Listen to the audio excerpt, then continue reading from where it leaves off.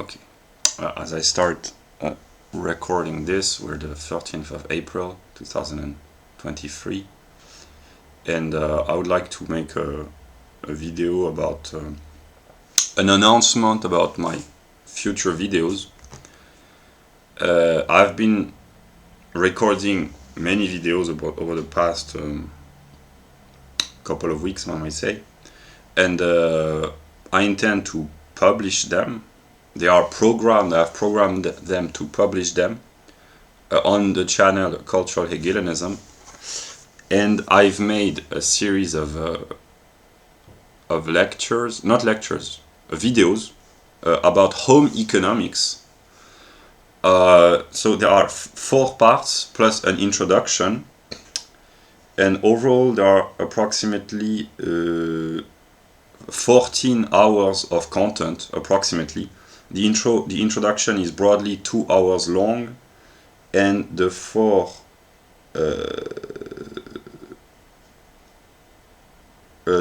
parts, they are broadly 3 hours long each. Yeah, broadly. So they are programmed as I speak. They are programmed to be published. The introduction will probably be published on the 16th of April, and then the 18th for the first part, the 21st April for the second part, the 24th April for the third part, and the 27th April for the fourth part. It might change, but I've programmed them to be published in this order, so yeah. And so that's what I wanted to say. And also I've been recording an ordinary talk while I'm eating my breakfast or my lunch, or supper. Ordinary talk with no formal presentation, no structure, and I will not invest a lot in the structuring of these videos. So they have been downloaded, and I will probably publish them as well. And for this video I've chosen randomly, maybe it might change, a 2 weeks delay between the moment it was recorded and the moment it will be published, and this will probably be on the channel Eternal Light. And I don't remember everything that I say, so I will publish for the people who are interested. If they are not, they don't watch the video.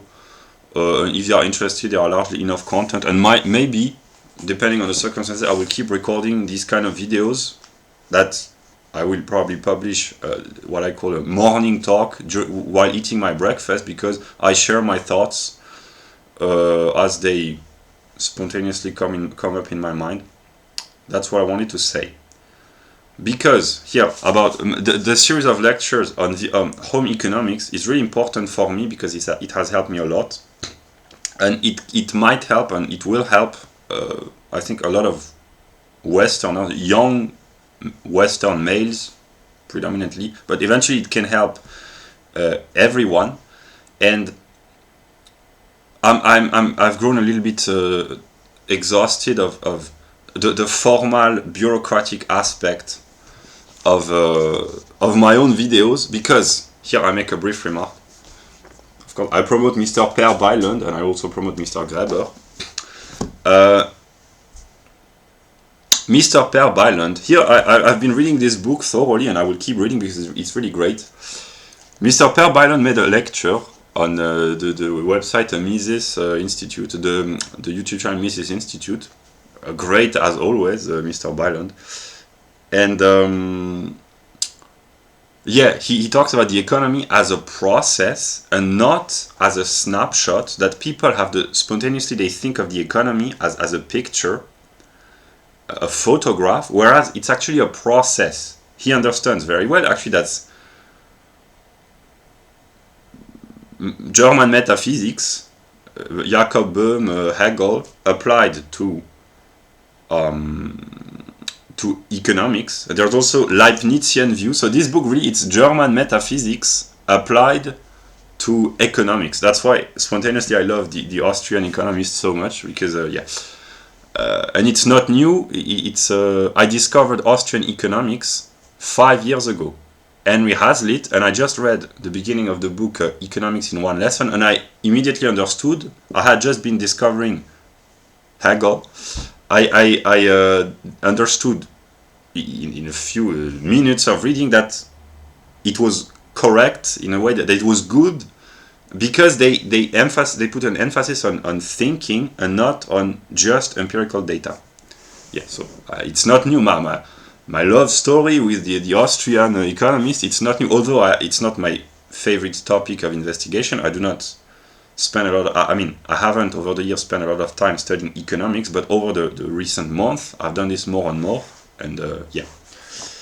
So that's what I do. Yeah, and actually that's my view, my content. But actually, it's true for every human who speaks publicly.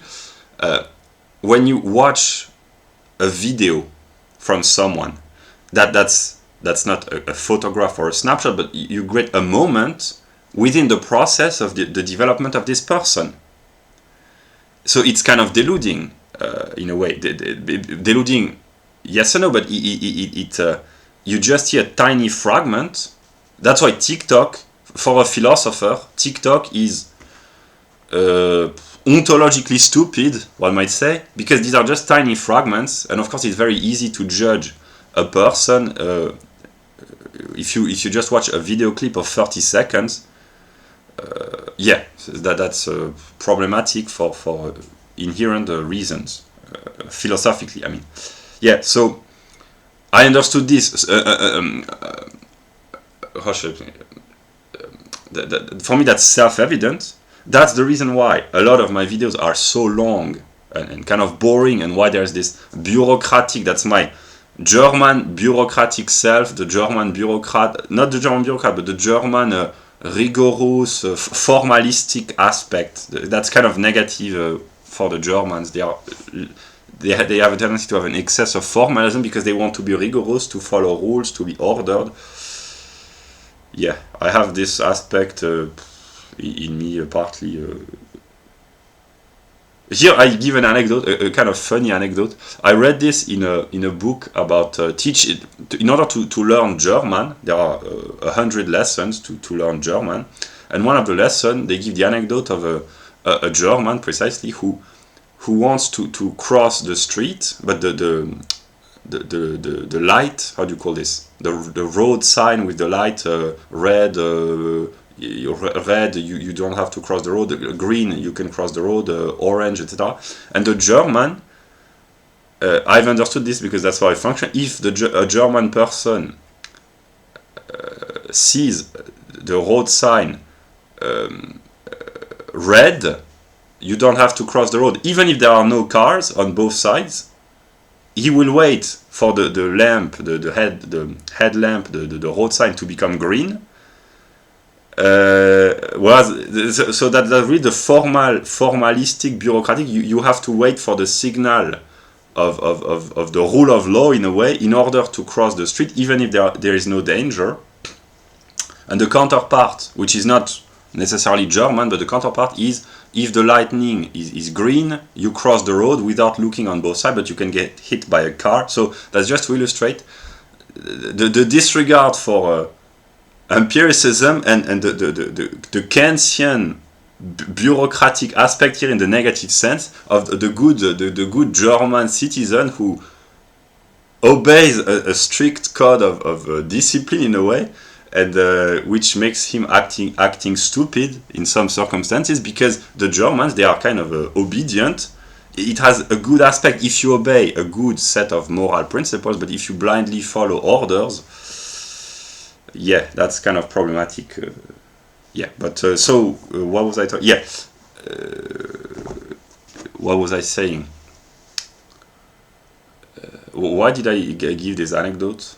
Yeah, my bureaucratic aspect. So because I understand that my self-development, but actually it's the case for every human, is a process. I try to avoid misunderstanding by showing my very complex documents, the view of the totality, etc. But people don't take the time. I've noticed this by watching my statistics. They don't take the time to watch the full video because it's boring. If they watch, they probably don't understand because it's too complex. So I have in these videos that I intend to introduce and to promote and to publish over the past couple of weeks about home economics, I make the formal presentation, it's heavy, bureaucratic presentation, but now that it's done, once it's published, I will no longer do this. I will keep using my documents as long as I have to share my ideas when it's useful, when it's enlightening. The document that I have produced myself, by drawing a lot of inspiration, but this is my work.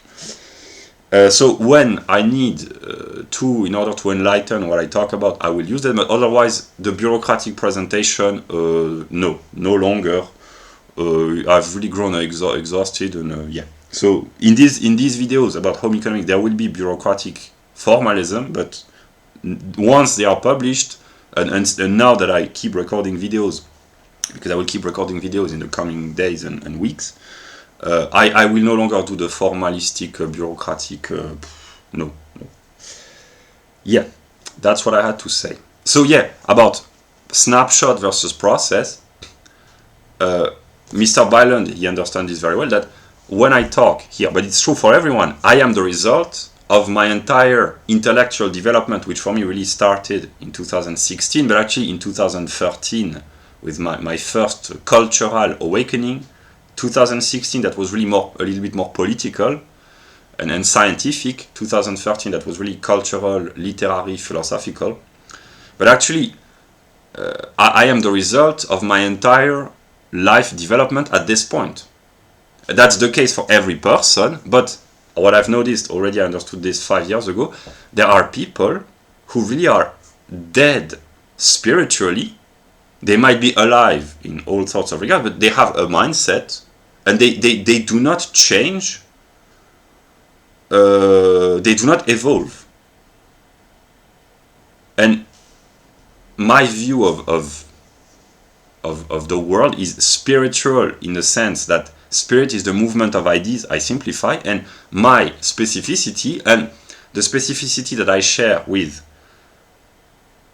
people I have had spiritual experiences with, what I share in common with them, the people that I consider to be the most intelligent as individuals, these are people who have evolved and developed intellectually in a very short amount of time, very fast, over a few years or maybe a decade, and who are constantly changing while remaining consistent in some underlying ideas, of course, but they constantly evolve, and here they constantly change, but not as someone who is undecisive and who has no structure, but they constantly change in a sense, they constantly develop. They are a process, in the sense, a Hegelian process, namely they always contain the previous moments unconsciously in their mindset. So these are the people who are the most intelligent from a Hegelian standpoint, namely they are not, and that's not my case either, not necessarily the most intelligent in terms of IQ or expertise or knowledge in any specific topic, but they are the most intelligent because they are the most alive spiritually. They constantly develop and progress and incorporate past experiences and see them in a new light. And this is what happens to me at a very fast speed, one might say. Sometimes I go back to positions or views that I held, sometimes briefly, many years ago, but it's not, the return is not the same as the first moment when I went through a certain stage, because it has been mediated by the process that has occurred since. That's here, basic Hegelian views. In order to illustrate, to make this intelligible, the slogan of Mr. Trump, "Make America Great Again," the people who think we have to go back, whatever, the 1950s or the Reagan years or the 19th century or the revolutionary era in the 18th century, they think that that's just the formal aspect, but it's true for everyone. Make whatever great again. You think you have to go back, but actually the return will be mediated by the fall, in a religious language, which is the decline, and the return. You think you go back to the first moment, which is often illusory, but actually if you try to return, you incorporate within yourself the moment of negativity, the decline, etc., and the reasons which brings about a development of knowledge. to illustrate this very simply, that's why "Make America Great Again" is a very, very Hegelian slogan. Yeah, because when you want to make something great again, it means that it has declined, and you seek to understand. But if you are if you have an inquiring mind, and if you are intelligent and dedicated and consistent, you ask yourself, but why have we been declining? And then you unfold knowledge because you seek to answer questions, and you try to go back to the moment when things were good as you envision this, but actually the journey of return will be mediated by all the experiences of the fall and the return, and this will make you very rich, not in terms of money, but in terms of knowledge and experience and intellectual and life experience and intellectual wealth, etc., etc. Yeah. Because, and also that's the reason why the slogan of Mr. Trump is very dangerous intellectually in a way, because of course America has been declining and the Western world at large, but people are unaware of the decline. This is what enables the decline, because if people were aware that they are declining, the decline would not be possible. It's only possible because people are unaware. But the slogan like this, which is very widespread and very very Hegelian, is really usually a Hegelian view. It takes a lot of time. It requires a lot of intellectual effort. So that's a Nietzschean way of communicating Hegelian ideas, namely a catchphrase, which is very. I mean, Nietzsche was not a public relation expert in terms of that. That's not. I'm not accusing Nietzsche of being an advertisement expert, but actually Nietzsche he expresses what Hegel needs. Hegel needs 100 pages to express what Nietzsche can express in a few sentences, basically.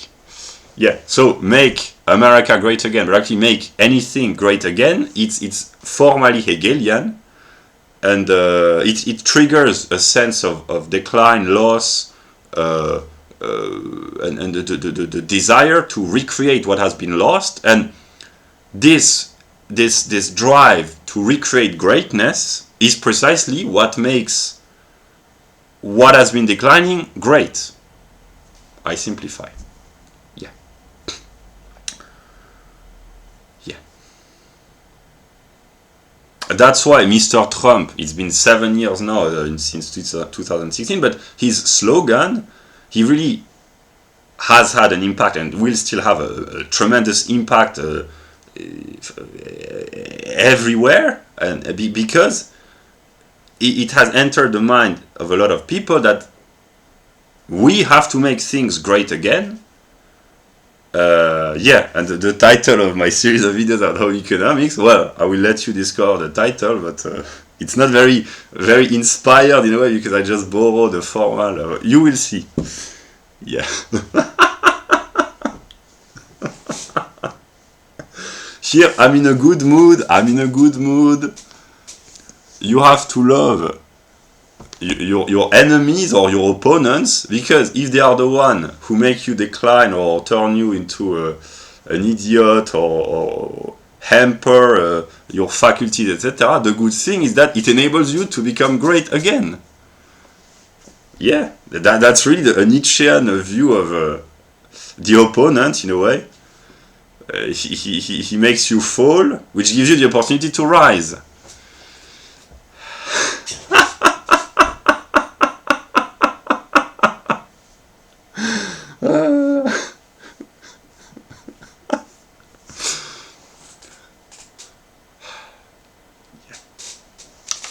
Also, so yeah, that was about process. So yeah, everyone is a process, but yeah, I'm a very complex process, and I move very fast.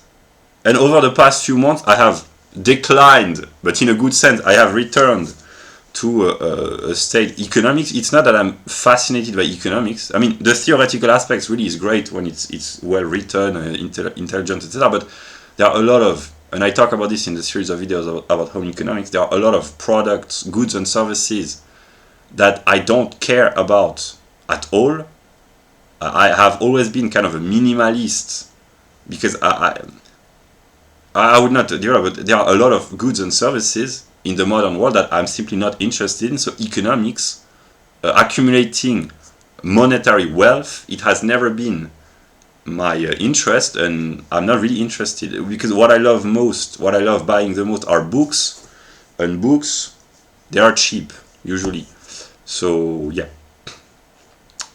But I have to get interested in economics because most people are interested in economics and they do not simply have the material conditions which would enable them to think about more spiritual topics. So I have to spiritualize, intellectualize economics by promoting good books.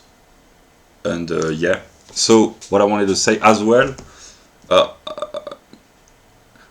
I will not be I mean, over the past few months I haven't published many videos, 2 videos only in 2023 actually, but once my ideas have been shared, and they already have been, but once my ideas about home economics have been shared, I will let people draw inspiration from the good that I promote, and I promote libertarian, ecological, radical left in a good, intelligent sense ideas, so libertarian predominantly, but also ecological and critical, intelligent leftist as well. So there is enough food for thought for anyone potentially who is interested in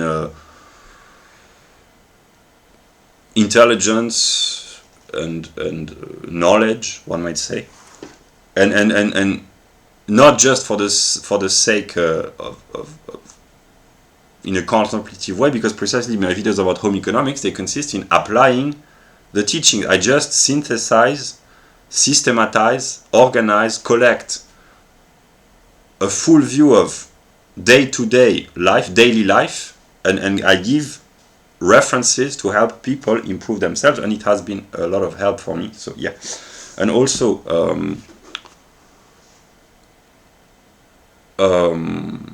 yeah, I will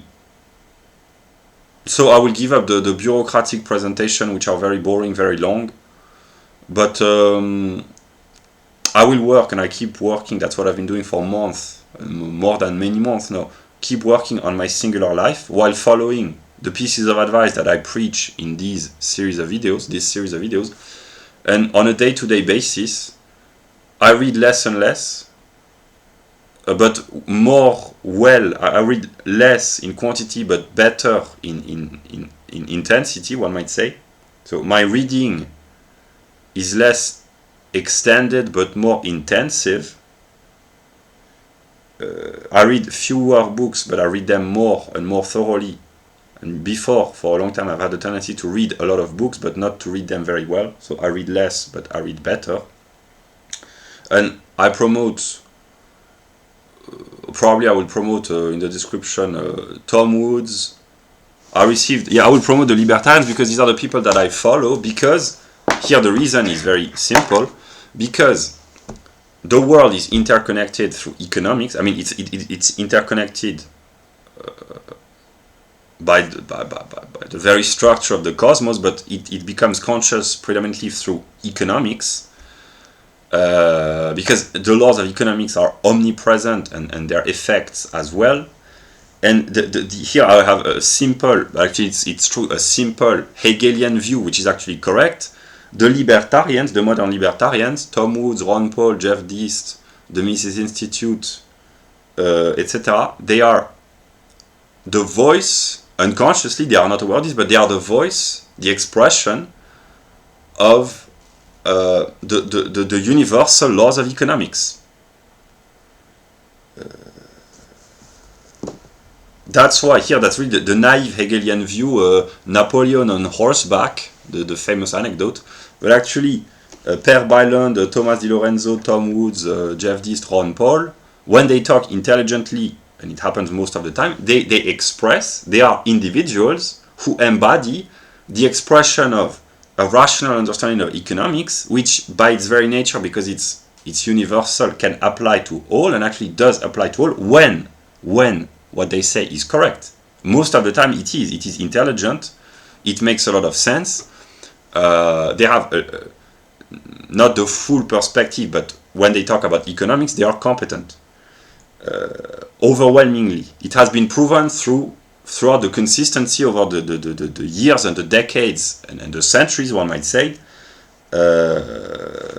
Because Ludwig von Mises predicted, not randomly, but theoretically, he demonstrated the impossibility of a functioning socialist economy, a collectivist economy, 100 years ago, and all subsequent collectivist or collectivized or socialist or communist regimes over the 20th century have proven Mises correct. China has had a tremendous growth over the past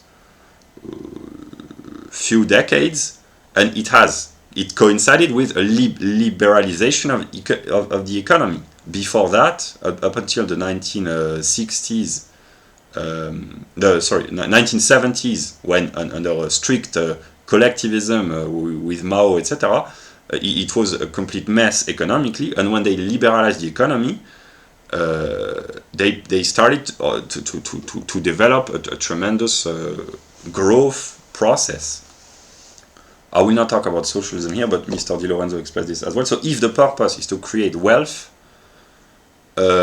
Mises is completely correct, and therefore all those who draw inspiration from him and who are intelligent, they are correct in most of their analysis and predictions. And here, Mr. Di Lorenzo quotes, I think, a Marxist or a communist or a socialist scholar who himself admitted at some moment that he had advocated socialism for most of his career, and actually it was wrong. Mises was correct according to this socialist scholar, and now he turned towards ecology to try another means to implement regulations. But actually even a lot of intelligent socialists, they are forced to acknowledge that economically this has been, and this still is, a constant and consistent failure. So that's why these individuals, the Mises Institute, and the people around Ron Paul, Property and Freedom Society, they express, when they talk about the universal, they express the laws of economics as mankind understand them at this moment in the process of the unfolding of consciousness. And in this sense, any person, anywhere on this planet, or even beyond, who is interested in economics, it doesn't mean that they have to agree about everything they say. First, because it's not necessarily always perfectly accurate, and then because contradiction is part of the process. But at this moment in time, we are in the 21st century, and 2023 more specifically. These people are the voice of economic rationality, and that's why I follow them kind of daily, to just to understand and to get enlightenment. And here I make a comment. My view, I've understood this. I am not interested in the events of the news as such, because I understand here it's really basic. I have understood this over the past few months. Actually, even when I simplify my view, they are too complex. So really, I have to go to the most basic level. The phenomenal world, here that's the view of Plato, is a reflection of the realm of ideas. That's really basic idealism. And I'm not interested in reading the news as such, except briefly to see the events. But I am not interested in journalism. For me, journalism is kind of it's an anti-intellectual view. And here I have to I have to acknowledge that Jean Robin is a great journalist, maybe the best, in France the best, and one of the best, if not maybe the best in the world. But all journalists, they share in common, which is their job, but an interest in really empiricism, and I cannot blame them as such, but from a philosophical perspective, accumulating data, events, facts, statistics, that's what I call the Anglo-Saxon mind, sometimes in a little bit derogatory way. There's nothing wrong with that as such, but just from a philosophical perspective, this is what the Austrian repeats in a lot of their books. All the data, if one does not have a conceptual frame to interpret them and to give them meaning, they are kind of useless. It's important to have honest journalists who provide reliable data and who investigate and who work to provide the public with good quality information. It's necessary for a free society, and a lot of journalists don't do this basic job. But even if journalists were excellent on the point of view of providing good quality information, this is what Jean Robin does. And actually, I know that Project Veritas in the US, and actually most independent journalists in the modern West, in order to be a good journalist, you have to be an independent journalist. Otherwise, you just blindly follow the ideology. So independent journalists, they provide usually good quality information, but even no matter how good they might be, and some of them really are, but without a theoretical frame, just information are not sufficient. Some journalists, they do possess an intelligent, I simplify, metaphysical frame to interpret the data that they collect, so that's good. But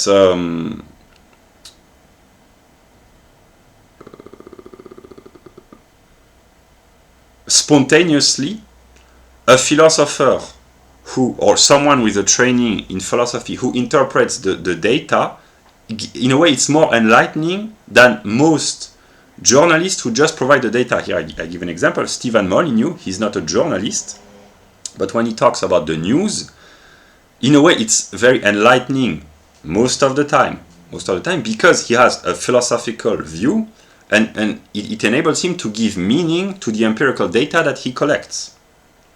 That's why philosophy, even if it's just formal, it's really useful and it's very good because it enables to see clearly in an ocean of information.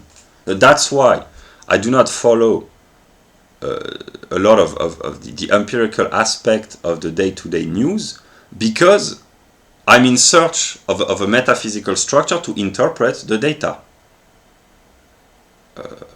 That's what I've been working on. That's what I provide. I have provided in a lot of my videos the view of the totality, which enable to see the plan, the map, the structure, in order to interpret the events and the phenomena and the data and the facts, the statistics, etc., etc. The two are important. That's when I'm excessive. I no longer am, because I've gained a lot of wisdom from interacting more with empirical people. But when I was excessive with my German metaphysics, I was completely disconnected from empiricism because of bias, one might say. But actually it's good, but both have to complement one another. Good quality information, and good journalists, they provide good quality information, and it's very useful. And also a good theoretical frame. I try to provide this. And good economists, these are philosophical economists in a way. That's why the Austrians, they are accused by the mainstream economists of being some sort of gurus or a metaphysician or whatever, mystics maybe, because the mainstream economists, they just collect empirical data that they vaguely interpret through a dubious metaphysics, Keynesian usually, or yeah, that's what I had to say. So I received books from the libertarians that I had no books from them. Mr. Woods, I bought his book about Politically Incorrect Guide to American History. I received a book by Bishop with an introduction by Jeff Deist and one of the jewels of my library, a book by Jeff Deist. Yes, Jeff Deist published a book, and I bought the book. I haven't read it yet. I've read a few passages this morning. But the Jeff Deist, my romance with Jeff Deist is not new. 5 years ago, I was already, after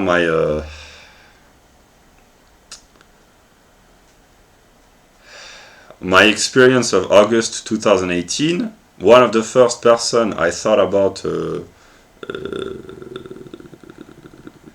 in terms of public relation was Mr. Deist.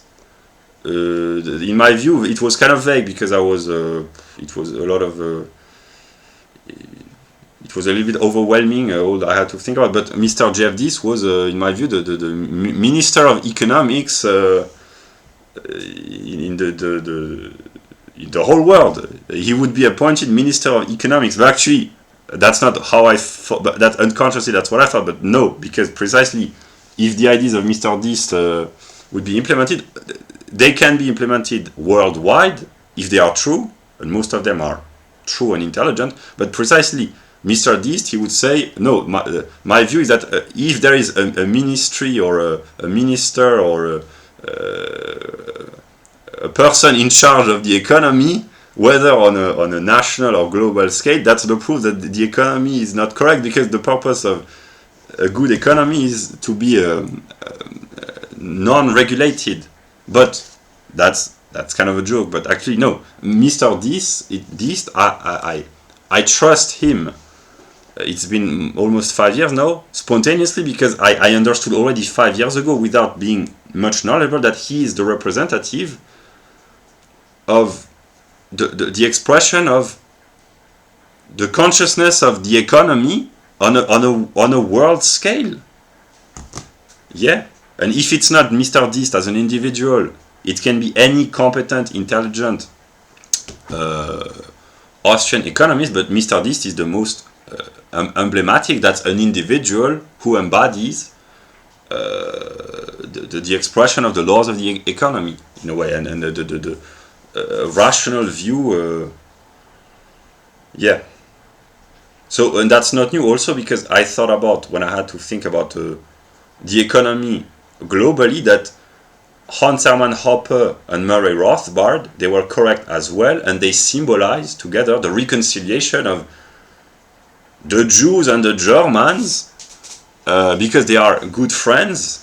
They were good friends before Murray Rothbard's passing, and one was an admirer of Germany. Rothbard admired German culture. Hans Hermann Hoppe admired Murray Rothbard and Mises, and great Jewish figures of the libertarian school, and even Marx when he was younger. In this sense, I'm a little bit like Mr. Hoppe. When I was younger, I was a Marxist as well, and I appreciated unconsciously, in a way, in Marx, the intellectual aspect as well, and here that's why Marxism, from an intellectual standpoint, not all the Marxists, but the work of Marx from a strictly intellectual standpoint, it has to be credited in a way, because I disagree with a lot of modern Marxists on many topics, but the classical Marxists, the intelligent one, they are competent. It doesn't mean that what they say is true. There are aspects which are lacking in their worldview, but they are nonetheless, there are, here I know because of the French tradition, in a way, the French Marxist tradition, there are really competent, intelligent Marxists, and usually intelligent Marxists who are intellectuals and not the political, the people who use Marxism to manipulate in political circles, but the intelligent intellectuals and honest ones, those who come usually, here I will make a Marxist analysis of Marxist intellectuals, those who come from the people, not privileged members of the bourgeoisie, but proletarian, not proletarian, but Marxist intellectual who come from a lower class or a lower social strata, usually they are kind of authentic and honest because they care about the people genuinely, and they are if they are intelligent, they are competent because it's kind of a rigorous way of thinking in a good sense. It's not the most, if I wanted to make a joke, I would say it's not the most ideal, but it's good nonetheless, just for the formal rigor. And in a sense, the Austrians, they are kind of the counterpart, and they offer also a rigorous. That's why it's so appealing to a lot of young, intelligent people, either the Marxists or the libertarians, the Austrians, because it offers a consistent, coherent, full worldview, and it's very appealing for idealistic, intelligent young people. Yeah, that's what I had to say. So, yeah, I will just check the food.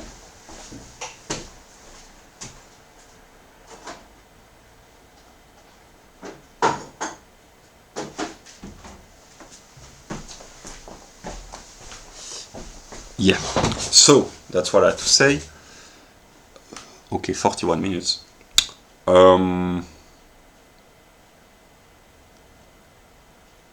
Yeah.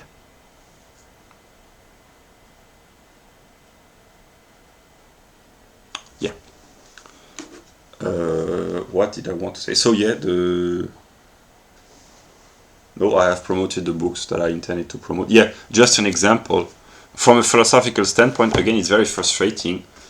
Every time there are economic problems, it affects people, but the people, either because of lack of culture, lack of education, lack of intelligence, or lack of interest, or lack of motivation, or I don't know, they do not take the time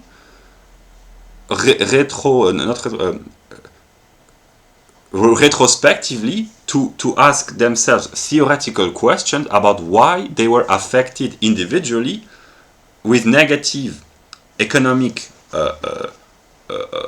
phenomena like loss of employment, inflation,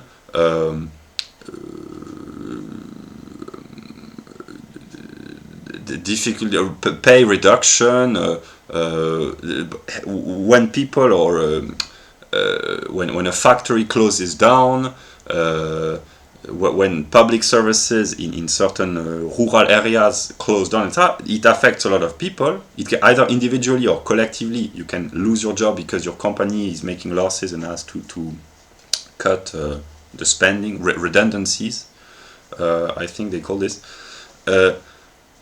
It affects people individually, but very few people take the opportunity or the time to reflect many months or many years later, to buy good books which explain why 3 years ago, 5 years ago, 10 years ago there was inflation, why they lost their job, why their savings are being reduced by the interest rate or whatever. Very few people ask themselves theoretical questions. And it's not a question of lack of intelligence or of time, because there are intelligent people who have enough leisure to have the possibility of asking themselves these questions, but they don't because they do something else. But yeah, from a philosophical standpoint, it's a little bit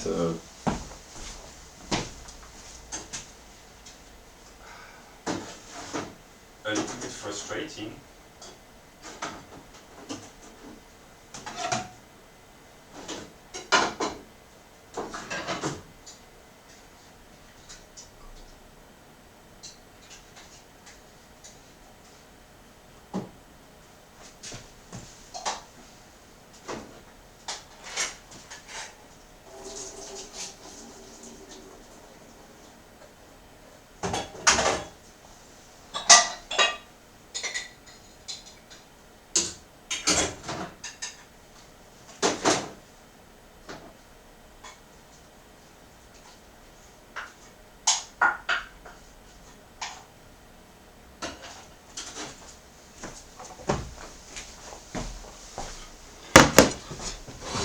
Yeah. Yeah. So yeah, that's what I had to say. And also,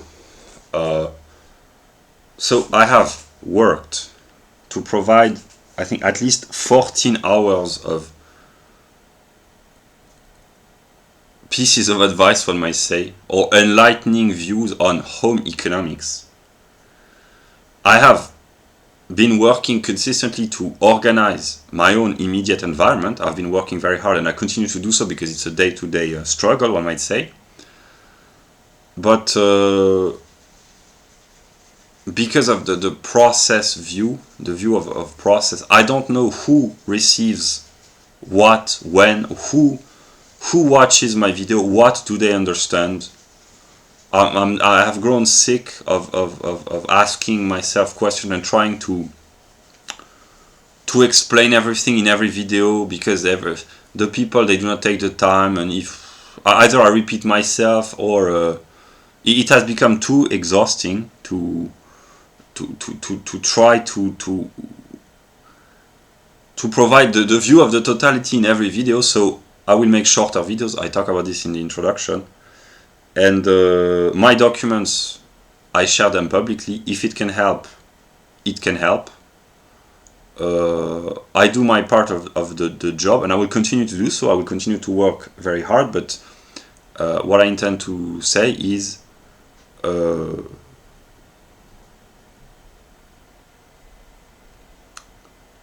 I still have projects of videos, structured videos to provide, lectures, videos about journalism, videos about my view of the American ideal. I have many plans of videos about logic. I have many projects of videos. I don't know if I will be able to produce all of them. I intend also to make shorter videos where I simply share books, because precisely having produced these videos on home economics, it has been like a relief, a burden that I'm letting go, because now I know the broadly, it can be improved, but I know how to handle daily life in a way which has enabled me to leave room and time to work more efficiently. It's a day-to-day struggle, but it has helped me a lot, and I have worked very hard. And now I will make shorter videos where sometimes I will just share books that I agree with or that I don't necessarily agree with, that I have read or haven't read, just to share knowledge. And I will not repeat in every video my full worldview. It has been made public. It will be made public, my view on home economics in this series of videos. Once it belongs to the public property, people, they can draw inspiration, modify, change.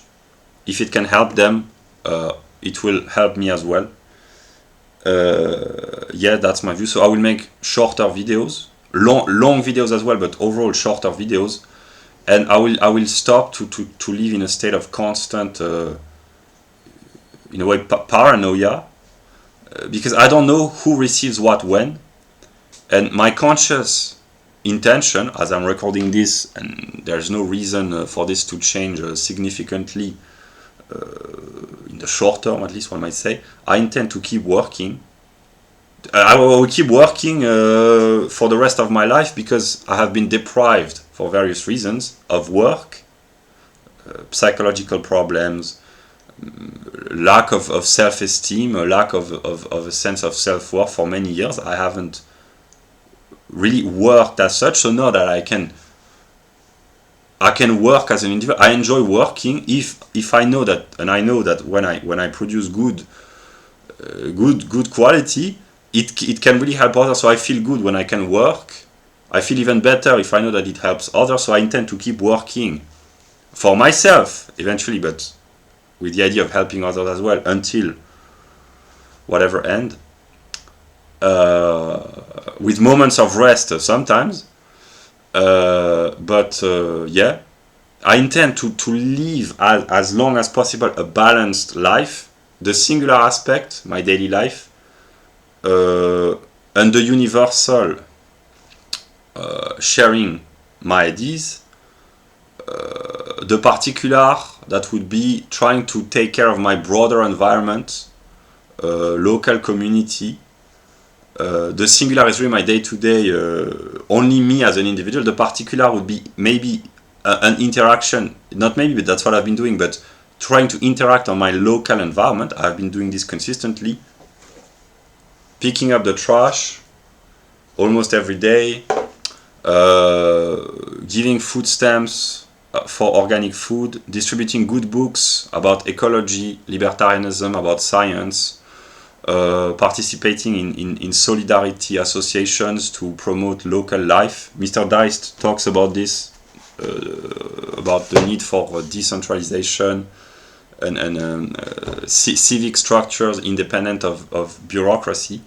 I will keep doing this as long as I can, reasonably do so, trying to work on more independence, trying to rest, keep working, trying to solve my singular problems, trying to encourage cooperation on a local level wherever I find myself. And the universal is when I speak publicly, which is the fruit of all my empirical experiences and my intellectual labor and my intellectual life process in a way. So I will continue to do so as long as I can. Yeah. And yeah.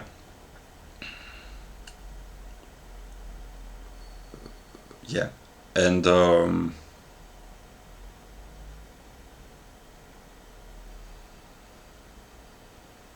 also I have produced an enormous amount of video in English, and the coming videos that are planned to be published, they are in English as well. Because first, I enjoy speaking English, because I imagine that, actually I don't know who I imagine talking to, but most of my references, they are Anglo-Saxon,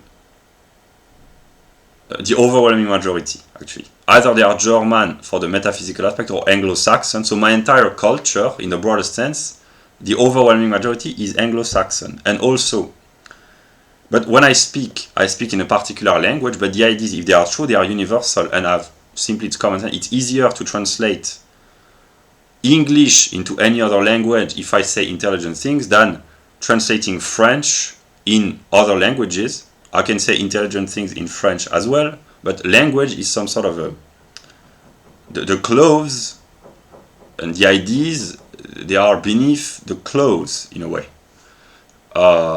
Yeah. So I will keep speaking English as long as I can, but also I intend to speak French and maybe to make lectures in French about the economy, because I have noticed this. The Anglo-Saxons, it's not that I overestimate them. I have a very high view of the Anglo-Saxons, but it's because they are very high. It means the English and the Americans and all the other colonies, Canada, etc. Yeah. But actually, I've noticed. I've already said it. The Americans, they are more competent on average than most French people, but most Europeans in the realm of economics. But it doesn't mean that they are competent. Nonetheless, in the theoretical aspect, they are very efficient economically, but a lot of Americans, they do not understand the theoretical aspect of the economy. It's not a criticism, because people precisely, they have jobs, they have bills to pay, etc. But simply, I used to have, maybe at some moment that will be a comical aspect, but I used to have so many prejudgment about a lot of people, not negative, but not sometimes negative, sometimes, most of the time positive, but maybe sometimes it's too positive, so it's excessive. So I've had ludicrous views about a lot of people's, and just here, a very, very modest view. I believed, in a way I still do partly, that kind of every American knows economics in one lesson by Henry Hazlitt almost by heart, because I know it's kind of mandatory reading. So in a way, for me, the average American is competent not only in the productive aspect of the economy, but in the theoretical aspect as well. But actually, no, I've realized, because they are the empirical American, they are as brainwashed as all other Westerners, and even what I'm trying to express is that American ideas in terms of economics, they are not well known in America itself. Of course, the intelligent people, they are aware of this, but actually quantitatively it's very limited. So in a country like France, it's even less the case, because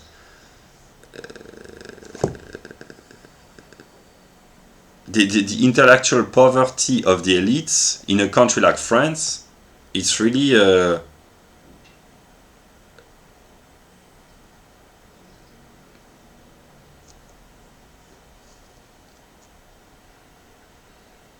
so I intend to make videos in French about economics, because most American, they are more economically literate than most Europeans of Europe, with maybe the exception of the English. They are more literate economically than the English, but not as much as their superiority over the French or the Southern European countries in terms of economic literacy. But still, good sound economic reasoning, it's nonetheless it's more frequent in the US than in other countries, but it's nonetheless rare. And there are so many so much ignorance in a topic like economics. I can't blame people if they are not interested, or if they are not knowledgeable in metaphysics, sociobiology, IQ in continental Europe. I cannot blame them, because these topics, either they are very complex or they are some sort of taboo in a way. So I can't blame people, but the economy, the Western world talks almost only about the economy constantly. The economy. That's the problem in itself. But I've already said this as well. But the problem is that if you only talk about the economy constantly in the news, the media, academia, the politicians, all they care about is money. If all you care about is the economy, at least think correctly about the economy. And these people, they don't. Not only the content, namely economics, is not very interesting as such, but the form, the way they think, is not correct either. Most views, the number of errors or false reasoning that people have, intelligent people, journalists, politicians, etc., and then the ordinary people as well, because they are influenced by the system, as they call this. It's kind of a... So yeah, I have many projects, and I feel a little bit more confident in a way, because I have produced my videos on home economics, plus lectures that I intend to publish at some moment as well. I'm more confident in my abilities. I will keep talking and producing content as long as I can. Yeah, I have given up on central planning, but I still have plans, but less complex in a way, more accessible, and once people get at least some of my views, it will make them smarter. Yeah, I will lead my life, which consists in sharing good ideas with others as frequently, as consistently as possible. But yeah, that's what I have to say. It's been 1 hour. No, I will take my lunch and then I will grant myself a guilty pleasure or a pleasure without guilt. I will read a good book by Mr. Jeff Deist.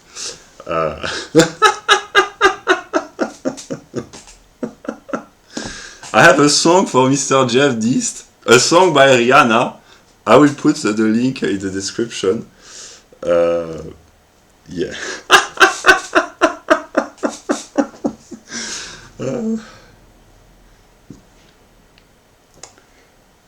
Yeah, so I will I don't know when this video will be published, but the schedule for my videos on home economics, if there are no major changes, between the 16th of April and the 27th, there will be not probably, but if the schedule, if I publish them without modifying, there will be 5 videos, broadly 14 hours of content, largely enough information, links, data, not data, but information, links, books, references, IDs, for people.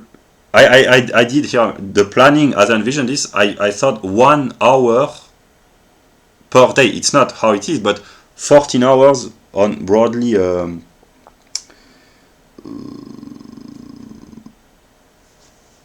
Did I calculate correctly? 1 hour a day. If people do not have too much time, there are enough content to if they watch 1 hour each day, they will learn a lot. But then there's a lot of work to do on a singular level, and a work of research, references, etc., etc. So I share. I don't know when people will watch this, who will watch this when, but precisely this kind of question, who knows what, when, I'm a little bit tired of asking myself this kind of question. So this video which was supposed to be short, the message is about my future production of content. I have many videos which are recorded, programmed to be published, videos about home economics, lectures, and ordinary talk. Yeah, I will not have the time to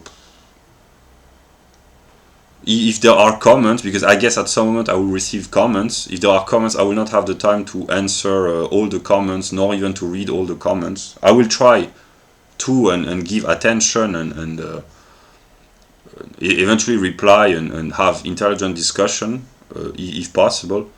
But yeah, I will lead my life, which consists in trying to put order and clarity in my singular life, in my immediate environment, in my broader environment, and to dedicate myself to the universal as well. It's very difficult, but I am full of vitality as long as I can share my intellectual vigor. I will. Yeah, that was what I had to say.